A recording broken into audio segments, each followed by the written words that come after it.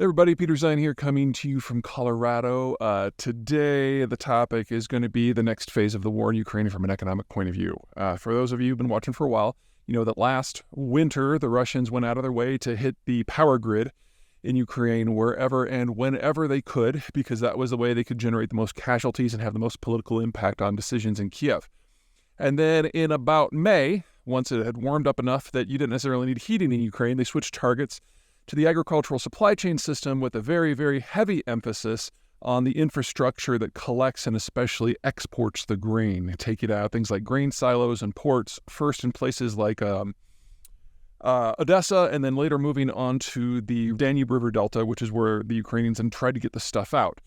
In this, the Ukrainians have kind of faced a triple bind. Number one, they import most of the materials that are necessary, like fertilizer, in order to grow crops in the first place. Number two, there isn't a lot of storage in Ukraine that was available because of last year's efforts in the war. Most of the storage was full completely. So the Ukrainians were focusing on getting that out so they could make room for this year's harvest. And in some degrees, there's been failure there, and the stuff has nowhere to go because number three, almost 80% of this, maybe even a little bit more, goes out by water, primarily through the Odessa region. And with that kind of offline, the only other option is to rail it out. And that means you have a limited number of rail cars. You have to ship it through other countries that are already grain exporters like Bulgaria, Romania, and Poland, who don't like the idea of that stuff being dumped on their market.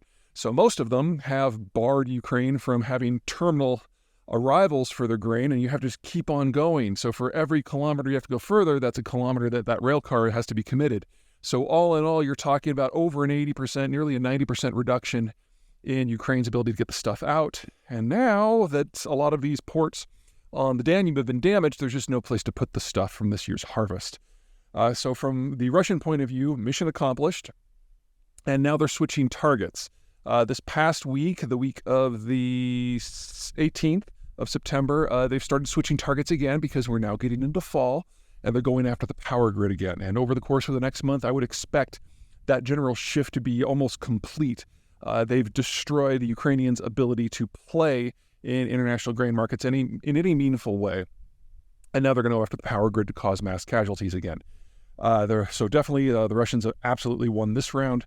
The only way that the rest of the world might be able to help is to massively expand the rail connections between Ukraine and their neighbors and then the next line of countries beyond. It's not enough just to get the stuff to, say, Poland or Romania. You've got to get it onto the water, and that means you also build out the lifting infrastructure for transferring something from rail onto a ship, because these are countries who are already grain exporters. That stuff is already used to capacity. You basically need to double the entire thing. Normally, you would expect something like this to be really bad for grain prices, or good, I guess, depends on your point of view. Send them up. But miracle of miracles, the Russians have had a bumper harvest. So they have increased their wheat exports by over a third. And that by itself is nearly enough to compensate for all the Ukrainian grain that has left the market. So wheat prices are actually down.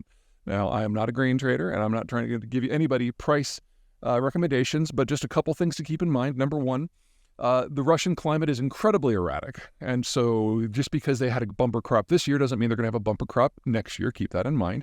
Number two, the Russians have said that any vessels, civilian vessels, anywhere in the Black Sea going anywhere near a Ukrainian coast, they reserve the right to attack.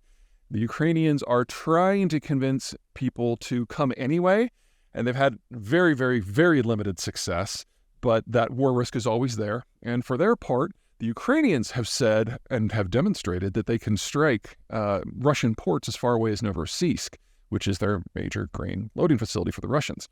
Now, they have not gone after civilian vessels yet, but again, there's still the possibility that we can have a widespread war on the water, in which case all civilian shipping in the northeastern half of the sea is in a degree of risk. So for the moment, there's enough grain out there. I'd not get used to it, but at the moment, that's where we are. Okay, talk to you later.